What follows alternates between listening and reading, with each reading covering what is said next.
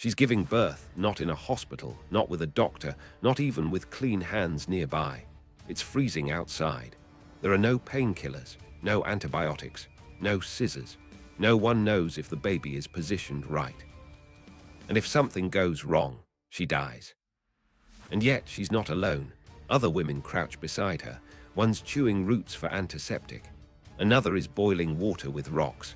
One is holding a sharpened stone, not for hunting, but in case they need to cut. Because in the prehistoric world, motherhood wasn't just a miracle, it was survival. Brutal, raw, and often terrifying. There's no privacy, no sterile bed, no warning signs taped to the wall about complications during labor. There's just her, a young woman, probably no older than 20, hunched beneath a rocky overhang, her body shivering, her breath ragged. She's in labor. And in this world, that's not just painful. It's deadly. In the Paleolithic world, giving birth was one of the most dangerous things a human could do. There were no midwives with training, no ultrasounds, no clean sheets or running water, just instinct, dirt, and hope. If the baby came out head first and fast, maybe she'd live. If not, there were no second chances. Most women gave birth squatting, gripping tree roots, or leaning on other women. They did it silently, or as silently as they could, because sound meant exposure. A scream could draw in predators, wolves, big cats, worse. And if something went wrong, like a breech birth or a torn uterus, there was no surgery. No one could fix it. The tribe might try to help. Someone might chew on certain roots to dull the pain. Someone might heat stones to press on her belly. But these were desperate guesses, not medicine. And let's not forget, she probably didn't eat well the entire pregnancy. No prenatal vitamins, no iron supplements. She likely walked miles every day, hunted, gathered, hauled wood, climbed, crouched. Her body, already under siege, now had to perform a miracle. Even if she survived the birth, there were other dangers. Heavy bleeding, infections from dirty hands or torn skin. No antibiotics, no bandages, just time and whether her body could recover before it gave out. And yet they did it, again and again, not because they wanted big families, but because most Barbies wouldn't survive long. You needed to birth many just to keep a few alive. This was the prehistoric cost of creating life. It wasn't beautiful, it wasn't peaceful. It was war. And every mother was a soldier. She's done it, the baby is out. But there's no time to celebrate. No warm towel, no camera flash, just blood on stone and a newborn that hasn't cried yet. And in this moment, the world holds its breath.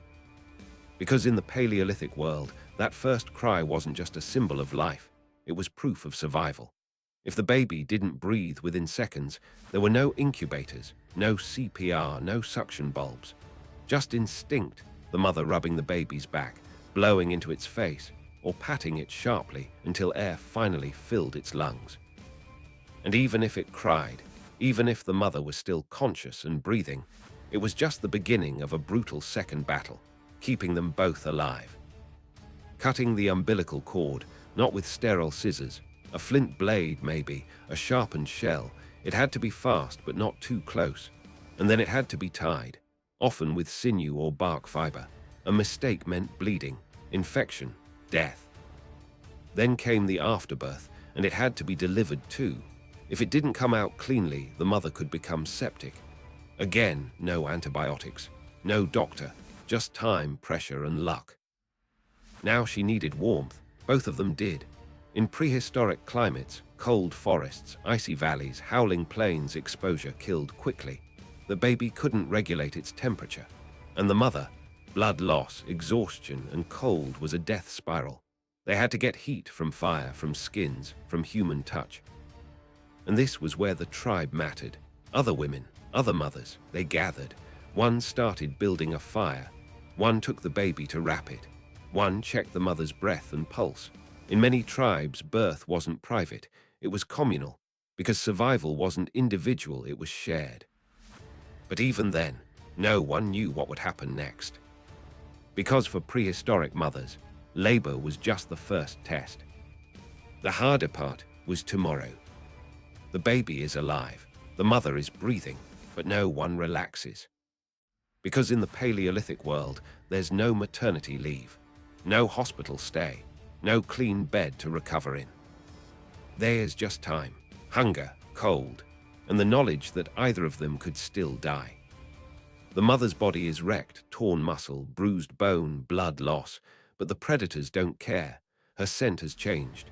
She's weaker now, slower, easier to catch. The tribe may try to protect her, but they won't risk everyone for one life. If they need to move camp, she'll have to walk. If they need to hunt, she'll be left behind. And the baby, it's helpless. Modern Barbies seem fragile, but prehistoric Barbies were even more so. No formula, no sterile bottles. The baby needs milk immediately and constantly, but the mother's milk may not come in fast enough, or at all. If the mother dies, the baby almost always dies too. That's why some tribes had wet nurses, other women who could feed multiple infants. But that only worked if another mother had recently given birth and survived. It wasn't common. It wasn't reliable. Then there's hygiene. A newborn with a dirty umbilical stump, dead in days. A cut on a tiny foot, infection, fever, gone. Even if both survived the first few days, illness could still strike anytime. Diarrhea from bad water, hypothermia from a cold night, death from something we'd treat with a single antibiotic pill today. And yet, mothers didn't stop trying. They carried their Barbies against their skin, tied close with hides, so the infant could feel warmth and heartbeat. They slept lightly, always alert.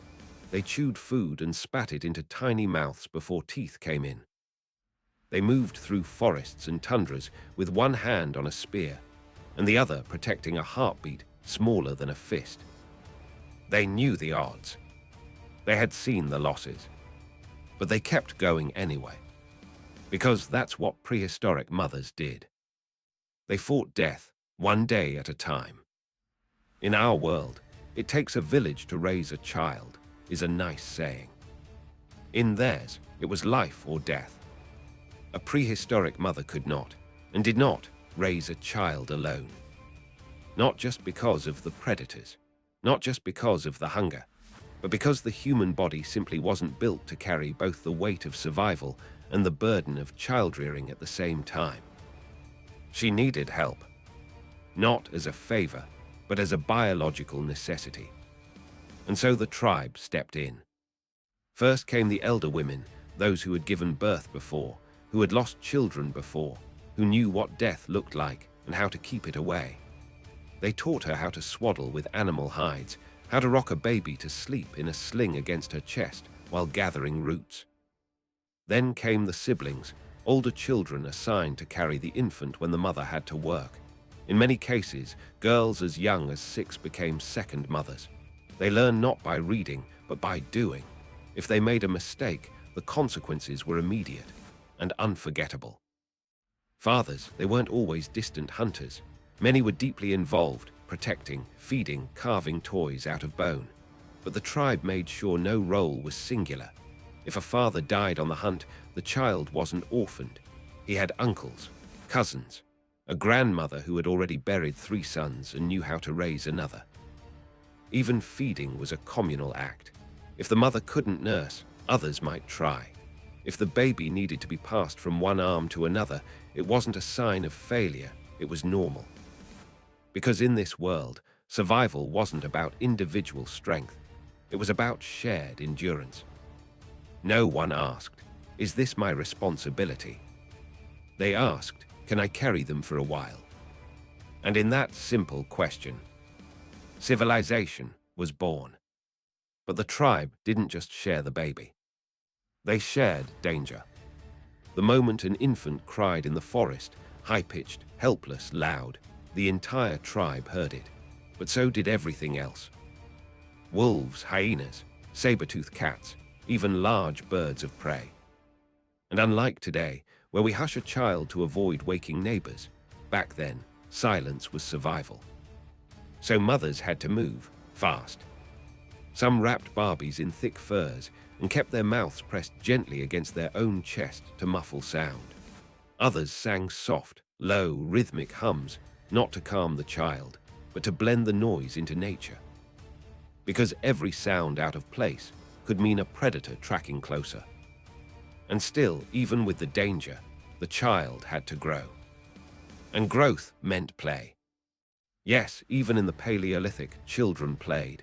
Not with toys from a store, but with carved bones, sticks, and dirt. They mimicked hunting with tiny spears. They imitated gathering herbs with leaves in slings. Play wasn't just fun, it was practice for survival. And while the kids played, the mother worked. She had to gather food, prepare hides, maintain tools. Some days she hunted too. That infant strapped to her hip, back, or chest went everywhere with her. There were no strollers, no safe rooms. The forest was the nursery. And the tribe. They were the baby gates, the night lights, the lullabies. Even when the child got sick, and they often did, mothers turned to the group. One woman might know a bitter root to bring down a fever. Another might recognize signs of dehydration. Someone else might know how to wrap a hot stone in leaves to warm a tiny body. Mothers didn't carry medical kits. They carried other mothers. Because in that world, no one could do it alone. And no one was expected to. But what happened when the tribe failed? Because sometimes it did. Disease could sweep through the camp. A hunt could go wrong. A rival group might attack. A flood might wash away everything. And suddenly, a mother was alone. No extra hands, no backup. Just her, the baby, and the brutal silence of the Paleolithic wild. That's when desperation set in. Some mothers ran. They strapped their Barbies close and tried to find another group, strangers who might take them in. Sometimes it worked. Sometimes the tribe saw the child and remembered their own. But sometimes the answer was no. Resources were tight, food was scarce, every extra mouth mattered, and a mother with a baby was seen not as an addition, but a burden. And in those moments, the wild revealed its coldest truth. Not everyone was saved. But here's the miracle. Sometimes, even strangers did say yes. They made space, they shared warmth. They carried both mother and baby, mile after mile, through snow, rain, darkness. Because prehistoric survival wasn't just bloodline. It was belonging. Over time, that instinct to care for others beyond your own children became wired into our biology, into our stories, into our species. We became the humans who help. Not just because it's kind, but because it's ancient. Because our ancestors taught us that tribes aren't made by who you're born to. They're made by who shows up when it's hard. So when a Paleolithic mother cried out in the night, holding a feverish infant in trembling arms, she wasn't just hopping for safety. She was calling for connection, for something bigger than fear, for the one truth that made humans outlast the ice, the beasts, and the dark. Together, we survive. Imagine this, you've just given birth. You're bleeding, you're exhausted, you haven't slept. And now you have to move. Because staying still, even for one night, could mean death. The camp might need to relocate. The food supply might be gone. Predators might have caught your scent. And nobody, not even a mother with a newborn, got to say, "Can we stay just one more day?" So you wrap the baby in fur, sling it across your body, and start walking. That's the brutal rhythm of early motherhood. You didn't get 6 weeks of rest, you got 6 minutes. And while walking, you were scanning constantly, for food, for danger, for firewood. You were bleeding into your clothes, still weak from birth, and still expected to contribute. Because no one in the tribe could afford to do nothing. Not even you. But the baby didn't care. It cried, it needed to feed, it needed warmth. And so you learned to nurse while walking, while squatting, while hiding. There were no breaks, just adaptation. And all the while, the threats never stopped. A baby's cry might echo through the forest. A scent of blood might draw scavengers. Even the baby's warmth could attract insects, burrowing parasites that saw soft skin as a buff. There were no baby carriers, no formula, no antibiotics. Only instinct, memory, and pain. And yet, they did it. Mothers didn't just survive. They figured out how to keep moving while doing the most delicate, dangerous job in human history, keeping a fragile life alive in a world that did not care. This was not parenting as we know it. This was endurance. This was sacrifice. This was the first test of what it meant to be human. And for mothers, it started the moment life began. Now imagine nightfall again. You've managed to walk for hours, maybe days. You're tired beyond language. The baby hasn't stopped crying for what feels like hours, not because it's hungry, but because it's cold, or scared, or overstimulated. And there's no crib, no fire yet, no peace. You set the baby down for a moment, just to catch your breath. But that moment could be fatal, because Barbies weren't born quiet. And predators didn't hesitate. So mothers developed methods. Some would swaddle the baby so tightly in animal hides that it muffled their cries. Others would rock the baby constantly while humming, not for comfort, but to mask the sound. It wasn't about bonding, it was about not dying. And even then, they didn't always succeed. Prehistoric burial sites have been found containing the remains of mothers holding infants, still wrapped in furs. Their final moments locked together. No tribe nearby, no fire, just silence and the soil. But this wasn't just a story of death. It was a story of calculation. Because prehistoric parenting required constant choices. Do you stay hidden, even if the baby needs light? Do you let the child cry, hoping it soothes itself, or do you risk being heard? Do you share your only bit of meat, or eat it yourself so you can keep going? There were no good options, just consequences. And the wild didn't wait for you to decide. But in the midst of this brutal balancing act, something else formed, something ancient, powerful, and sacred. The mother's intuition. That quiet, gut-level awareness, that knowing without proof, that sixth sense that tells you when to move, when to hush, when something is wrong. It wasn't magic. It was evolution, sharpened over thousands of years of impossible choices. And in a world with no manuals, no mentors, and no margin for error, it was often the only thing that kept a mother and her child alive. Now fast forward a few months. The baby can't walk yet, but it's heavier now. Your arms ache from carrying it, your back burns, but setting it down still isn't safe. Every step is a negotiation between survival and collapse. You haven't slept a full night in weeks. Your body's still healing from birth, torn muscles, blood loss, maybe even infection. There are no doctors here. Just pain and motion and repetition.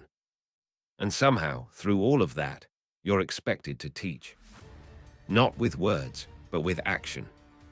A mother's every move was a lesson. How to find water, how to spot danger, how to hush when the wind shifted. Your child learned by watching you struggle, stumble, survive. And eventually, to imitate it. That's how culture began.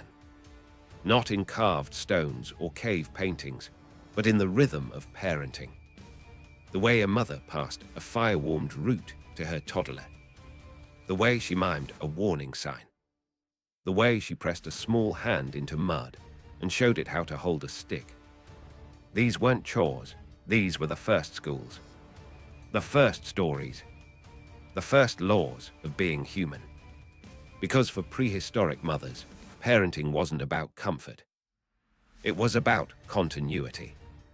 What they taught or failed to teach could ripple for generations.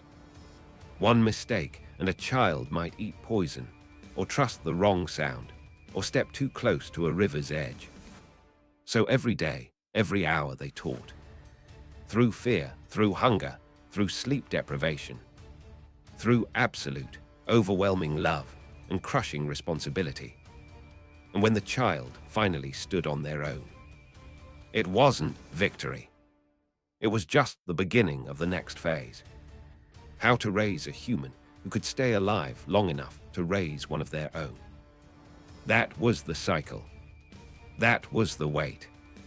And prehistoric mothers carried it, not just in their arms, but in their bones.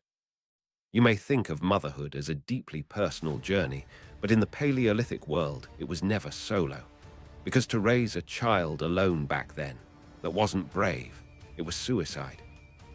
The tribe wasn't a luxury, it was a lifeline for mothers, for infants, for survival itself. And when a tribe failed to support a mother, she didn't just lose her strength. She lost everything. So the next time you see an ancient cave painting, remember, behind those handprints was someone holding a baby with no idea if morning would come.